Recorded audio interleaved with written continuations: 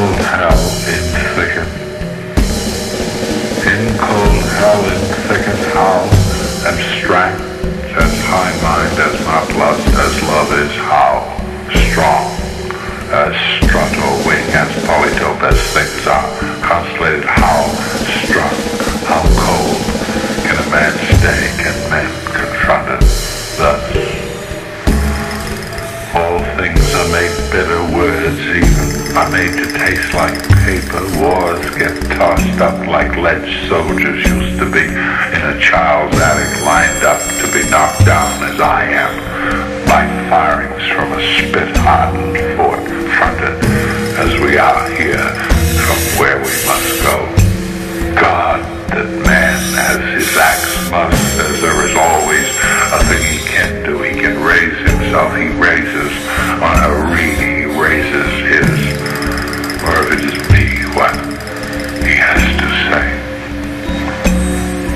What has he to say? In hell it is not easy to know the traceries, the markings, the canals, the pits, the mountings by which space declares herself arched as she is the sister, awkward stars drawn for tits to pleasure him, the brother, who lies in stasis under her, at ease as any monarch or a happy man. How shall he who is not happy, who has been so made unclear, who is no longer privileged to be at ease, who in this brush stands, reluctant, imageless, unpleasured, caught in a sort of hell, how shall he convert this underbrush, how turn this unbidden place, how trace an arch again, the necessary goddess? The branches made against the sky are not of use, are already done, like snowflakes cannot service him who has to raise. Who puts this on, this damning of his flesh? He can, but how far, how sufficiently far can he raise the thickets of this wilderness? How can he change, his question is, these black and silver knivings, these awkwardnesses? How can he make these blood points into panels, into sides for a king's, for his own, for a wagon, for a sleigh, for the beak of the running sides of a vessel fit for moving? How can he make out, he asks, of this low eye view size? And archings traced and picked enough to hold, to stay as she does, as he, the brother, when here where the mud is, he is frozen, not daring, where the grass grows, to move his feet from fear. He'll trespass on his own dissolving bones here, where there is altogether too much remembrance. The question, the fear he raises up himself against the same, each act is prophet under the eyes, each fix the town of the earth over is managed, is who am I? Who am I but by a fix and another, a particle and a conjury of particles carefully picked one by another? As in this thicket each smallest branch, plant, fern, roots lie on the surface as nerves are laid open. Must now the bitterness of the taste of her be isolated, observed, picked over, measured, raised, as though a word, an accuracy were a tinsel?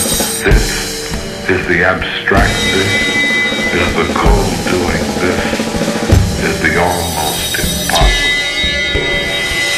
So shall you blame those who give it up, those who say it isn't worth the struggle? Prayer or a death of going over, shot by your own forces to a greener place?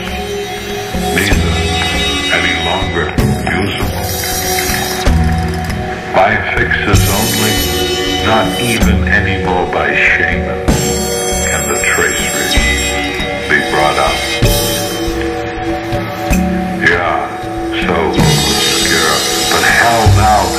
not exterior, is not to be got out of, is the coat of your own self, the beast emblazoned on you.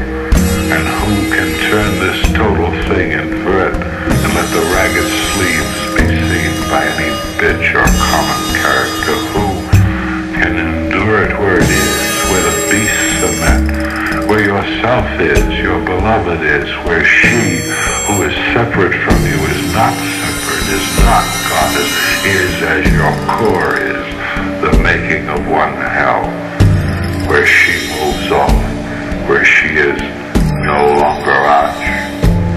This is why he of whom we speak does not move, why he stands so awkward where he is, why his feet are held like some ragged cranes off the nearest next ground, even from the beauty of the rotting fern. His eye knows as he looks down, as in utmost pain, if cold can be so calm.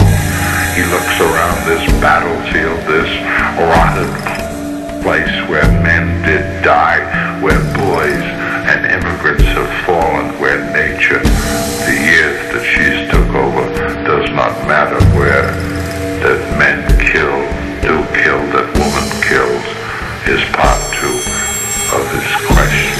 Men did die, that it is the difference that a man and are now their own worth, and thus their own hell in paradise, that they are in hell or in happiness is merely something to be rushed, to be shaped, to be carved, and used for others. Does not in the least lessen this unhappy man's obscurity, his confrontation. He shall step, he will shape, he is already also moving on into the soil, onto his own bones. He will cross. There is always a field for the strong. There is always an alternative. He shall step. But a field which is not a choice, as dangerous as a prayer, as a death as any misleading lady. He will cross and is bound to enter, as she is, a later wilderness. Yet what he does here, what raises up, he must, the stakes thus such. This at least is a certainty. This is a law. It's not one of the questions. This is what was prompted as a later wish. What does it call? Delay. He will do what he now does, as she will do, carefully do, without wavering, without, as even the branches, even in this dark place, the twigs howl, even the brow of what was once to him a beautiful face, as even the snowflakes waver in the light's eye without wavering, as even forever wavers gutters in the winded loss, even as he will forever waver, precise as hell is, precise as any words fall wagon.